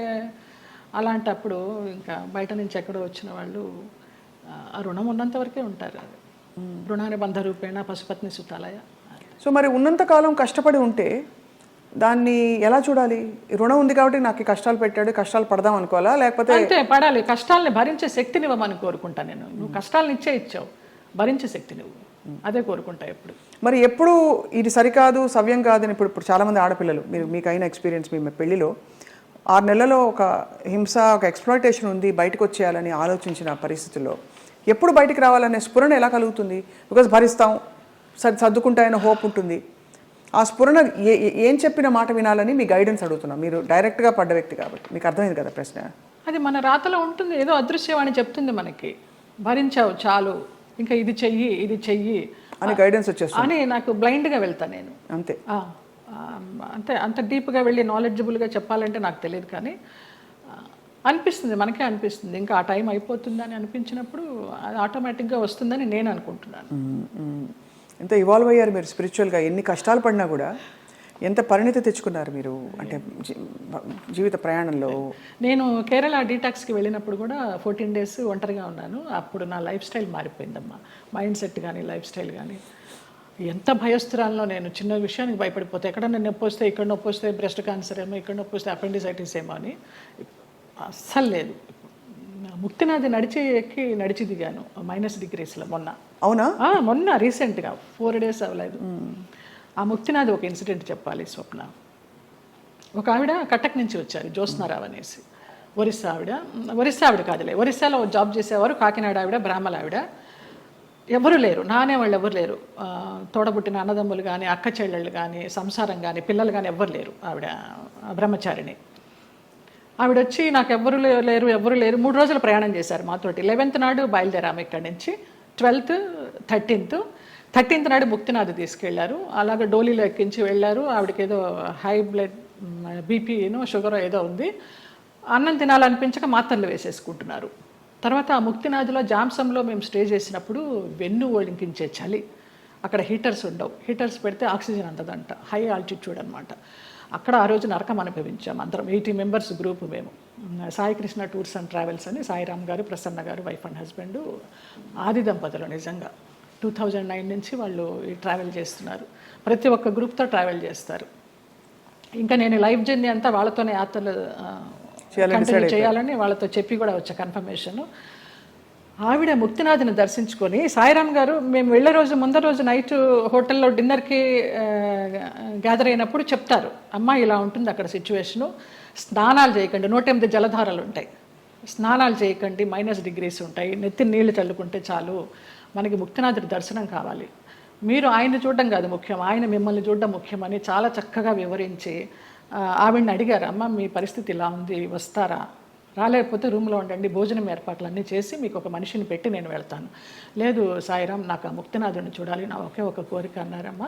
వచ్చారు, ముక్తినాథుడిని చూశారు. మర్నాడు అందరం బయలుదేరి బస్సుల్లో పోఖ్రా రిటర్న్ రావాలి. కార్లోనే స్పాట్ డెడ్ అమ్మ ఆవిడ. ముక్తినాథుడు అన్నందుకు ముక్తి, మోక్షం. ఎంత అదృష్టవంతరాలు, ఎవరు లేరని 80 మందితో ప్రయాణం చేసి 3 రోజులు ముక్తినాథుని చూసి 4వ రోజు పోయింది.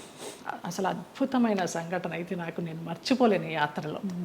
ఆవిడ చనిపోయినప్పుడు ఎంత ప్రేతకళగా ఉందో, చితి మీద పెడితే అక్కడే ఎవరో కజిన్ నెంబర్ దొరికింది, ఫోన్లో అడిగితే మేము రాలేమండి, అంత దూరం మీరు చేసేయండి అని ఈయనకు అథారిటీ ఇచ్చేశారు సాయిరామ్ గారికి. అక్కడ ఆర్మీ సహాయంతో ఆయన మన హిందూ సాంప్రదాయంలో ఆమెకి దహన సంస్కారాలు చేస్తే, చితి మీద పెట్టినప్పుడు ఆవిడకి ఫోటో తీస్తే ఎంత చిద్విలాసంగా ఉందో తెలుసా అమ్మ ఆవిడ ముఖం. చనిపోయినప్పుడు ఈ 4 బయటకు వచ్చేసి కళ్ళు తేలేసి ఉన్న మనిషి హాయిగా అలా ఉంది.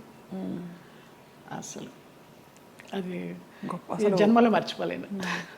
అంతకుముందు రోజు అడిగారు, ఎవరికి ముక్తి కావాలంటే 2 చేతులు ఎత్తా నేను, ఏం మీకు లగేజ్ లేదా అని అడిగారు. నాకు ఏ లగేజ్ లేదన్నాను. అంటే వెనకాల బంధాలు లేవా అనేసి. మీరు అనుకుంటే కాదు దేవుడు అనుకోవాలి, ఆయన ఎవరికి ఇవ్వాలో వాడికే ఇస్తారు అనేసి. అలాగా ఆవిడ అదొక అద్భుతమైన సంఘటన. ఆనందించాం, ఆవిడ పోయినందుకు బాధపడలేదు. ఎంత అదృష్టవంతురాలు, ఎంత చక్కని అనాయాసన మరణం అంటారు కదా, అలా.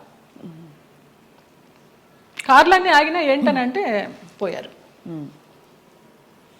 అంటే భగవద్ దర్శనం అయిందా అని చాలా మందిని అడుగుతాం. ఇంతకంటే నిదర్శనాలు ఏముంటాయి? మోక్షం, ముక్తినాథుడు. మా వాళ్ళందరూ, మా మామ కొడుకులందరూ ఆ -degreesలో 108 జలధారాల్లో స్నానం చేశారు. ఒక్కొక్క జలధార నుంచి ఇంకొక జలధార వెళ్తుంటే వాళ్ళకి బ్రెయిన్ పనిచేయడల్లా ఫ్రీజ్ అయిపోతుంది, అలా చేశారు. నేను ఆ 108లో చల్లుకోవడానికి అరగంట పట్టింది, ఈ చెయ్యి పనిచేయాలి 1 గంట, బ్లడ్ క్లాట్ అయిపోయి. అంత చలి, -degrees. అది అంత కష్టతరమైన ప్రయాణం. ఎంత చక్కగా వెళ్ళొచ్చాము వారి ఆధ్వర్యంలో. ఈ సందర్భంగా ఆ దంపతులకు పాదాభివందనాలు. ఆ ప్లేసెస్లో నిజంగానే ఒక మహిమ ఉంటుంది కదా జయలలిత గారు. ఎందుకంటే మీరు ఇంత జీవితం చూసి భగవత్ స్పర్శ ఎక్కడ ఎందుగలడు అందులేడని సందేహం వలదు అని అంటారు కదా, అలాగా భగవంతుడు అన్ని చోట్ల ఉన్నాడు సర్వాంతర్యామి అంటూ కూడా మనం కొన్ని ప్లేసెస్కి ప్రత్యేకంగా వెళ్ళడానికి కారణం ఏంటంటే వాళ్ళు నడయాడిన ప్లేసులు అవి అని చెప్తారు. ఇప్పుడు నైమిసారణ్యం ఎంతమంది మునులు మహానుభావులు తపస్సు చేశారు. అక్కడికి వెళ్ళంగానే మనకు ఆ వైబ్స్, కొన్ని గుళ్ళకి వెళ్తే మామూలుగా దండం పెట్టుకుని వచ్చేస్తాం, కానీ అదే మనం తిరుమల వెళ్ళినప్పుడు ఆ వెంకటేశ్వర స్వామి చూస్తుంటే మనకు తెలియకుండానే ఆనంద బాష్పాలు కారిపోతాయి. ముక్తినాథుడి దగ్గర కూడా అలాగే కారిపోయినాయి నాకు. మన దేవుళ్ళ రూపాలు ఉండవు, ఏముండవు, వాళ్ళు నేపాల్ పద్ధతిలో తయారు చేస్తారు, అలా ఉన్నా కూడా వైబ్స్ ఉన్నాయమ్మా.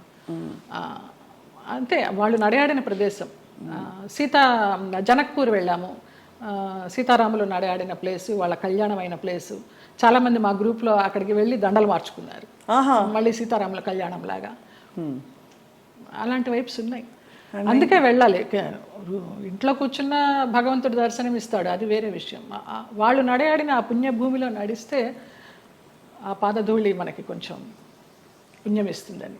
రెండోది మీరు అన్నట్టు ఆ ప్లేస్కి వెళ్ళిపోయాక మనం నేను ఫలానా, నేను స్వప్న, నేను జయలలిత, నేను సో అండ్ సో అన్నీ మర్చిపోయి, నేను జ్యోత్స్న మర్చిపోయి కేవలం ఒక అంకిత భావంతో ఒక డిజాల్వ్డ్ స్టేట్లో వెళ్తాం. అంతే, అది కూడా ఒక సర్వస్వ శరణాగతి అయిపోయి నువ్వు తీసుకొచ్చావు, నువ్వే చూసుకో శరణాగతి, అంతే. అందులో కూడా చాలా అద్భుతాలు మన లోపల జరుగుతాయి. అద్భుతాలు అంటే మన అహంకారం కరగడం అన్నీ కదా, మనకి తెలియకుండానే అది ఆ ఉద్వేగం అది అంతా వచ్చేస్తుందమ్మా. నేను సంజయ్తో అదే అన్నాను. సంజయ్ కదా ఇంటర్వ్యూ ఏర్పాటు చేసింది, సంజయ్ కిషోర్. నాకు గుంటూరులో చిన్నప్పటి నుంచి వాడు నన్ను కొట్టేవాడు. వాడు కొడుతుంటే నేను పరిగెత్తేదాన్ని. వాళ్ళ ఇల్లు పెద్ద ఇల్లు గుంటూరులో, ఎంత పెద్ద ఇల్లు. కొడుతుంటే పరిగెత్తేదాన్ని, తర్వాత వాడిని ఎత్తుకునేదాన్ని. వాడు ఈ రోజున ఇంత గొప్పవాడైనాడంటే చాలా సంతోషము. చాలా పద్ధతైన మనిషి. ఎంత పద్ధతైన మనిషి. వాళ్ళ ఇంట్లో వాళ్ళ అమ్మగారు నాకు పెద్దక్కలాగా, పాపాయి పాపాయి అంటే ఆవిడ. నా అభివృద్ధికి ఆవిడ సంతోషిస్తుంది. నా సొంత వాళ్ళు కూడా సంతోషిస్తారో సంతోషించరో కానీ ఆవిడ అంత సంతోషిస్తుంది, అంత బ్లెస్ చేస్తుంది ఆవిడ. నువ్వు బాగుండాలి, నువ్వు బాగుంటే మేము బాగుంటాం అనేసి. లేదు, మీరు ఎప్పుడు మీరు బాగుంటారు, మీ చుట్టూ ఉండేవాళ్ళు అంటే మీకు భగవద్ రక్షణ ఉందని క్లియర్గా ప్రూవ్ అయిందమ్మా. నాకు చాలా ఈ యాత్ర తర్వాత నాకు భగవదానుగ్రహం మెండుగా ఉందని చాలా నమ్మకం వచ్చింది నిజంగా. ఇంకా అసలు ఏమూలో ఉన్న భయం కాస్త పటాపంచలైపోయింది, ఏం లేదు. మీ జీవితంలో కీలక పాత్ర పోషించిన వ్యక్తులు గుమ్మడి గారు ఒకరు. ఇది గతంలో లోగడ మీడియా వాళ్ళు చాలా సందర్భాల్లో అడిగారు, రకరకాలుగా లింకప్లు రాశారు మీకు వారికి. అసలు అంత లింకప్ చేయాల్సిన అవసరం ఎందుకు వచ్చింది? అంటే మీరు కేవలం వెళ్ళి ఇప్పుడు ఒక మనిషి ఇంకో మనిషి సేవ చేయొచ్చు, చూసుకోవచ్చు, స్త్రీ పురుషులు కావడంతో అలా రాశారు. ఏ స్త్రీ పురుషులు అయినా వయసు భేదం లేదమ్మా. నా తండ్రి వయసు ఆయనకి. మేము సినిమాలన్నీ మానేసుకొని పొద్దునైతే ఆయన ఫోన్ చేసి, నా గొంతు పొద్దున్నే కొంచెం మగవాడి వాయిస్ లాగా ఉంటుంది, పొద్దున్న లేవగానే ఫోన్ చేస్తే బాచి అనేవారు. బాచి అనుకోండి, బాచి లిఫ్ట్ చేశాడు. బాచి కాదండి నేనే జయమ్మ అంటే, జయమ్మ నీ గొంతు ఏంటి అలా ఉంది, మంచు మార్గే గొంతులాగా ఉంది. ఇంకొక ఎవరినో పోల్చేవారు అనమాట. ఏం చేస్తున్నావు ఇవాళ, ఏం తీసుకొస్తున్నావు వంట.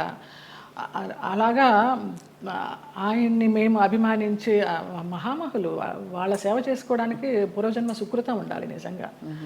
తల్లిదండ్రి లేరు, వాళ్ళ ప్లేసుల్లో వాళ్ళని ఊహించుకొని, ఆ లెజెండ్స్ వాళ్ళు చేసిన క్యారెక్టర్స్ ఊహించుకొని మనకి ఇంత గొప్ప అవకాశం వచ్చింది. వారితో కూర్చుని భోంచేసేయడం కానీ, వారితో కూర్చుని పేకాడడం కానీ, వారితో కూర్చుని వైన్ తీసుకోవడం కానీ. నా కోసం సులా అని ఒక వైన్ బాటిల్ తెప్పించేవారు రోజు 8 వందలు పెట్టి, ఇది నీకే, ఇది జయమ్మకే, వేరే ఎవరు ముట్టుకోవద్దనేసి. అంత అభిమానంగా కొన్ని సంవత్సరాలు, ఒక 4-5 సంవత్సరాలు జర్నీ చేశాము. ఇప్పుడు అటు నుంచి వెళితే నాకు ఆ ఇల్లు చూస్తే మాత్రం ఏడుపు వస్తుంది. అవును, మీరు చెప్పారు. అంత మంచి. ఆయన కుటుంబ సభ్యులు ఎవరు లేరా ఆ టైం? ఉన్నారు, ఎందుకు లేరు. ఆయన కూతుళ్ళు, బిడ్డలు, కొడుకులు. ఒక కొడుకు US లో ఉండేవాడు, ఒక కొడుకు చెన్నైలో. వాళ్ళు ఎవరు సరిగ్గా చూసేవారు కదా? నా ఫోన్ నుంచి నేను ISD చేసి ఇచ్చేదాన్ని ఆయనకి మాట్లాడడానికి. కొడుకు పుట్టినరోజు అంటే విష్ చేయడానికి కానీ, లేకపోతే ఆయనకి ఏదైనా బాగాలేకపోతే చెప్పడానికి కానీ. ఎప్పుడైనా వాళ్ళందరూ మిమ్మల్ని, ఆడపిల్లలు వచ్చేవారు. ఇక్కడ సాంబమ్మ అని ఒక ఆవిడ ఉండేది, ఆవిడ వచ్చి చూసిపోతూ ఉండేది. శారద బెంగళూరులో ఉండేది, ఇప్పుడు ఇక్కడే షిఫ్ట్ అయిపోయింది. విజయమ్మ చెన్నైలో ఉంటుంది, ఇంకొక చిన్నమ్మ అమెరికాలో ఉంటుంది, ఒక ఆవిడ క్యాన్సర్తో పోయింది. ఫోన్లు చేస్తూ ఉంటారు. కానీ లాస్ట్లో ఆయనకి ఒంట్లో బాగాలేనప్పుడు ఆయన పక్కన అంబులెన్స్లో కూర్చుని హాస్పిటల్లో జాయిన్ చేసింది నేనే. ఇంకా ఆయనకి వెంటిలేషన్ తీస్తారనగా జయ ఇట్రా అనేసి నన్ను ఇట్లా గుండెల మీద పడుకోబెట్టుకున్నారు, పోయినారు. ఫస్ట్ పోయిందని తెలిసింది కూడా నాకే. మీకే? పోయినప్పుడు ఇంక నేను బయటకు వచ్చేసాను. ఇంకా ఆ తెల్లవారుజాము నుంచి వాళ్ళ పిల్లలు రావడం, అది అక్కినేని నాగేశ్వరరావు గారు అన్నారు, ఆయన పోయిన తర్వాత అక్కడ నుంచుని ఉంటే పిల్లలందరినీ పలకరిస్తూ నా భుజం తట్టి నీకు చాలా లోటు గుమ్మడి గారు పోవడం అన్నారు. నమస్కారం. మహానుభావుల వాళ్ళంతా నో కమెంట్స్. అంతకంటే అంటే ప్రపంచం అలా ఉందండి ఇప్పుడు. ఒక మనిషికి మధ్య ఏదో ఒక ఎంత విచిత్రమైన అనుబంధం అండి. మీరు నిజంగా ఎవరికైనా వండి పెట్టాలంటే ఇంకో కొంచెం తక్కువ వయసు వాళ్ళు దొరకరా చెప్పండి. అది ఏదో ఒక ఆత్మీయత కలిగి కదా మీరు. అంతే ఆ టైం ఆ పీరియడ్ ఆయనతో మేము గడపాలి అంతే.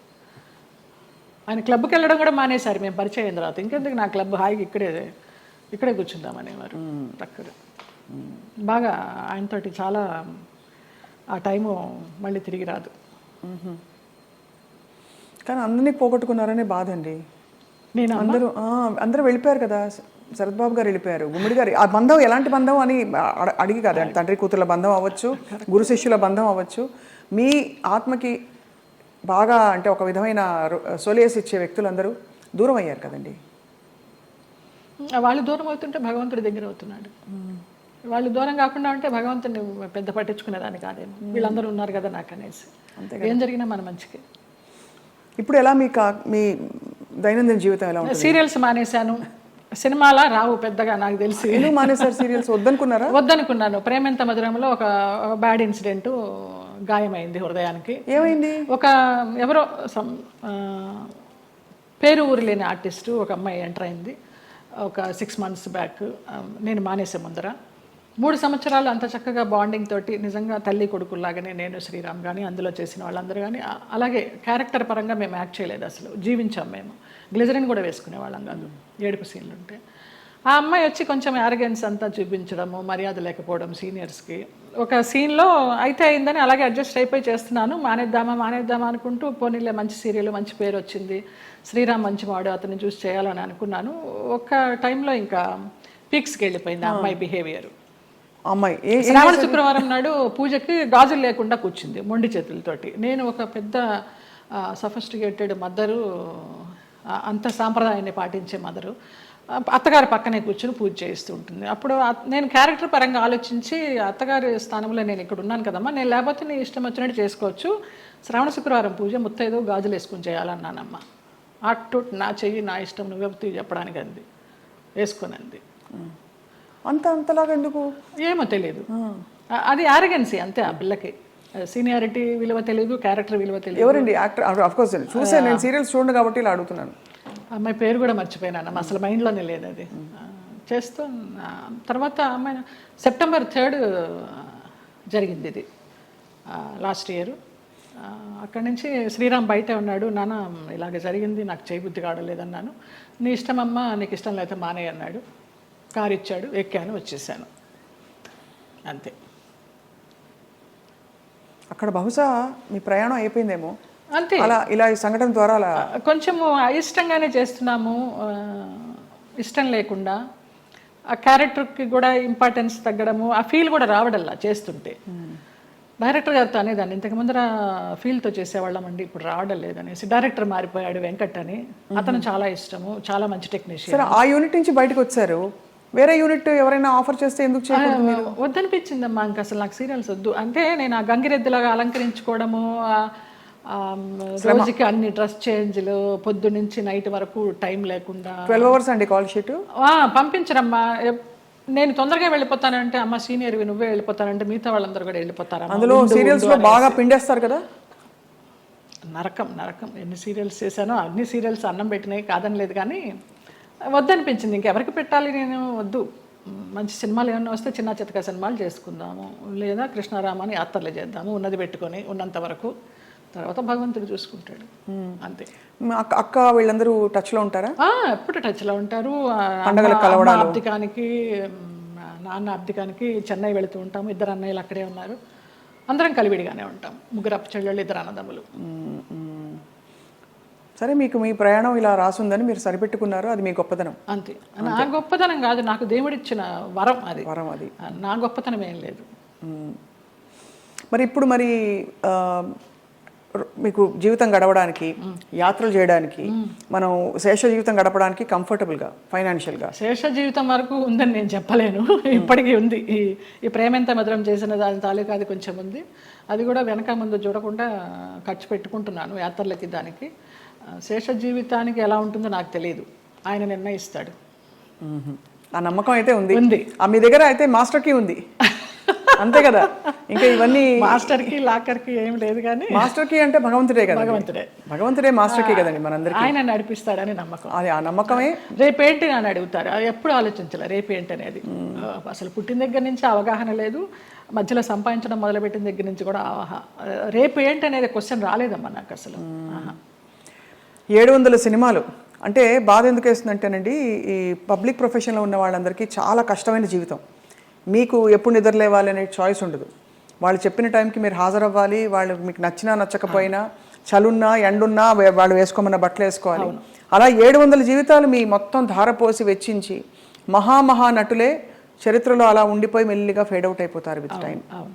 ఈ నట జీవితం మీకు నేర్పిన విషయం ఏంటండి? ఫేమ్ ఉంటేనే ఏదైనా జనాల్లో ఏదైనా, లేకపోతే ఉందా లేదా అనేది కూడా వాళ్ళకి తెలియదు. ఎందుకంటే పెద్ద పెద్ద నటులు కూడా చాలా కష్టాలు పడ్డారు. మీకు ఉన్న సంపద మీరు అన్నట్టుగా ఆధ్యాత్మికంగా మీరు మలుచుకుని ఒక గౌరవంతో ఆత్మాభిమానంతో కొనసాగిస్తున్నారు జయలలిత గారు. చాలా మనసుకి ముచ్చటగా, ఎంత ఇన్స్పైరింగ్గా ఉందో చెప్పలేని మాటలు. మీకు చిన్న కోరిక ఉంది మాకు. చెప్పండి. మీరు ఒక చిన్న డాన్స్ చేస్తా. నేను మామూలుగా సెమీ క్లాసికల్ ఏమైనా మూవీ సాంగ్ స్వప్నకు కూడా తేలిగ్గా ఉంటుంది. నువ్వు క్లాసికల్ సింగర్ కాదని లేదు, ఏమైనా పాడతారు అనుకొని మనసే అందాల బృందావనం అనుకున్నాను. మా సంజయ్ తిట్టాడు, ఎంత పెద్ద క్లాసికల్ డాన్సర్ నువ్వు సినిమా సాంగ్ చేస్తావా అనేసి. అందుకని ఏ సాంగ్ చేయాలి? భామనే సత్యభామనే ఏమైనా ఒక 4-5 లైన్లు అనగలరా? ఆ 2 లైన్లే మళ్ళీ మళ్ళీ తిప్పి అనమంటే అంట. కొంచెం నేను కూడా కలుపుతాలే. మీరు కలపండి. నిలబడే మీరు కూచిపూడా భరతనాట్యమా? 2 అమ్మ. కూచిపూడి చింతా రాధాకృష్ణమూర్తి గారు, భరతనాట్యం జోసుల సీతారామ శాస్త్రి గారు విజయవాడ నుంచి వచ్చేవారు. కాకుండా తంజావూరు నుంచి గిరిజా నటరాజ్ అని ఒక వైఫ్ అండ్ హస్బెండ్ వచ్చి చెప్పేవారు భరతనాట్యం. ఆంధ్రనాట్యం నటరాజ్ రామకృష్ణ గారు. మళ్ళీ మధ్యలో వెకేషన్స్కి చెన్నై వెళ్ళి చినసత్యం గారి దగ్గర. ఎప్పుడు అనిపించలేదు ఒక డాన్స్ స్కూల్ స్టార్ట్ చేద్దామని? లేదు, వేంప వేషాలు వేసేసరికి, అంటే డిగ్రీ అవుతూ ఇంకా డాన్స్ కంటిన్యూ చేద్దాం అనుకునే టైంలో నాన్న ఫీల్డ్కి తీసుకొచ్చేసారు. ఇంకా ఈ వేంప వేషాలు వేసినప్పుడు నన్ను అలాగే చూస్తారేమో, పేరెంట్స్ పిల్లల్ని పంపించడానికి భయపడతారేమో, ఇప్పుడు సినిమా సాంగ్స్ నేర్పుతుందా లేకపోతే క్లాసికల్ సాంగ్స్ నేర్పుతుందా అని ఏదన్నా అని నాకు నేనే డౌట్ పెట్టుకొని దాన్ని సమారంభించేసా. దిత్త కిడగ తిరుగుతాం, దిత్త కిడగ తిరుగుతాం, తా కిడగ తిరుగుతాం, కిడగ తిరుగుతాం, దిత్త కిడగ తిరుగుతాం, దిత్త కిడగ తిరుగుతాం, తా కిడగ తిరుగుతాం, కిడగ తిరుగుతాం, దిత్త కిడగ తిరుగుతాం, దిత్త కిడగ తిరుగుతాం, తా కిడగ తిరుగుతాం, కిడగ తిరుగుతాం, కిడగ తిరుగుతాం. భామని సత్యభామని, సత్యభామని, సత్యభామని, సత్యారి ముద్దుల వయ్యారి ముద్దుల సత్యభామని, సత్యభామని, వయ్యారి ముద్దుల వయ్యారి ముద్దుల సత్యభామని, సత్యభామని. అద్భుతం. ఎక్కడ ఎంత ఎంత గ్రేస్ఫుల్గా ఉంది అసలు. సంజయ్ గారు, ఇప్పుడు శోభన్ గారు అందరూ చేస్తున్నారు కదండి డాన్స్ పర్ఫార్మెన్సెస్, బ్యాలేస్. అంటే మీకు అఫ్కోర్స్ మీరు ఒక ఆధ్యాత్మిక లోకంలోకి వెళ్ళిపోయారు, ప్రాపంచికంగా లౌకికంగా మీకు కోరికలు లేవు, కానీ అలా చేస్తే ఎంత బాగుండు అని అనిపించే అంత అందంగా ఉంది మీ డాన్స్. శోభనాయుడు గారితో బ్యాలెన్స్ చేశానమ్మా. వెంకటేశ్వర కళ్యాణం, కృష్ణ పారిజాతం, ఆవిడన్నీ మేల్ క్యారెక్టర్స్ ఇచ్చేవారు. నేను అదంతా తీసేసిన తర్వాత జయలలిత నువ్వా వెంకటేశ్వర స్వామి వేసింది, కృష్ణుడికి వేసింది అనేసరికి నిరాశ వచ్చేసింది. అది అర్థమైంది. కానీ అన్ని అన్ని ఆ పార్శ్వాలని మీరు చూశారు జీవితంలో. కంప్లీట్ లైఫ్ కష్టం చూసి ఉగాది పచ్చడిలాగా అన్నీ చూడకపోతే మనకి ఏం చూసాను జీవితం అని అనిపిస్తుంది కదా. అలా మీరు కష్టాలు చూశారు, అన్నీ చూసేసాం. సంతోషం చూసారా ఏదైనా టైంలో? సంతోషం అంటే ఈ యాత్రేనమ్మా. ఈ యాత్రలే. అతి దుఃఖకరమైన సంఘటన, బాధాకరమైన సంఘటన, అతి సంతోషకరమైన సంఘటన అంటారు, కానీ అవి 2 లేవు నాకు. వయా మీడియాగానే వెళ్తూ వచ్చింది. ఈ ముక్తినాథ యాత్ర మాత్రం నాకు చాలా పీక్స్ అనమాట ఇంకా. సో ఫైనలీ మీకు మిగిలిన కోరిక అంటే మిగిలిన కోరికను ఎందుకంటున్నానంటే మన జీవితానికి ఒక సంపూర్ణత్వం రావాలంటే ఏం కోరుకుంటున్నారు? ఇంకా మానస సరోవర్ వెళ్ళాలమ్మా. మానస సరోవర్ కానీ మా సాయిరామ్ గారు అది వేయనమ్మా చాలా కష్టం అంటున్నారు. ఎవరు తీసుకెళ్తారో తెలీదు. వెళ్ళాల్సి ఉంటే డెఫినెట్గా ఖచ్చితంగా అదే చాలా జరిగిపోతుంది. కోరిక. వెళ్తే తిరిగి వస్తామా లేదా అనేది తర్వాత విషయం. అక్కడ దాకా వెళ్ళాలి, ఆ భూమి మీద అడుగు పెట్టాలని మాత్రం కోరిక. అదొకటే తీరని కోరిక. చాలా అద్భుతంగా ఉంది మీతో మాట్లాడడం. చాలా విషయాలు నేర్చుకున్నది ఏంటి అంటే సెల్ఫ్ యాక్సెప్టెన్స్ కంటే గొప్ప వరం లేదండి. ఓకే, అది మీకు వచ్చేసింది కాబట్టి మీరు ధన్యులు ఒకలాగా. ఈ కృష్ణుడి విగ్రహం నాకు నా ఫ్రెండ్ శ్రీనివాస్ అని ఆయన మ్యాంగ్లూర్ నుంచి తీసుకొచ్చి ఇప్పించారు. చాలా చాలా కళకళలాడుతూ మీలాగా. చాలా బరువు కూడా అది. అవునా? అక్కడ రమణాశ్రమంతో మీ అనుబంధం? అరుణాచలం వెళ్తూ ఉంటాము. ఒక శివరాత్రికి గిరి ప్రదక్షిణ చేశాను. ఆయన బుక్స్ చదువుతూ ఉంటాను. అట్లా కూర్చుని ఆయనతో మాట్లాడుకుంటూ ఉంటాను. ఆ ఫోటోగ్రాఫ్ వెనకాల ఇది నా పుట్టినరోజుకి మా డైరెక్టర్స్ అనిల్, రాము అని ఉన్నారు. రాము ఏమో అది ఇచ్చాడు లాస్ట్ ఇయర్ పుట్టినరోజుకి. అనిల్ ఇది ఇచ్చాడు. రుద్రంకోట అని ఒక మూవీ చేశాం కదా, ఆ పిల్లలు. రుద్రమకోట మొన్న లేటెస్ట్ మీది. అవును, అవును, చాలా పెద్ద ఒక పవర్ఫుల్ క్యారెక్టర్ కానీ సినిమా పవర్ఫుల్గా వెళ్ళలేదు, ఆడలేదు. ఓటీటీకి కూడా ఇంకా లేట్ అవుతూ ఉంది. మీరు చాలా చాలా వ్యక్తిగత విషయాలు కూడా ఇవాళ మాతో పంచుకుని చాలామందిని ఇన్స్పైర్ చేశారు జయలలిత గారు. థ్యాంక్స్ అమ్మా. మీకు ధన్యవాదాలు. అయ్యో, మీకు కూడా. Always you will be in our hearts. God bless you. Thank you అండి. నమస్కారం.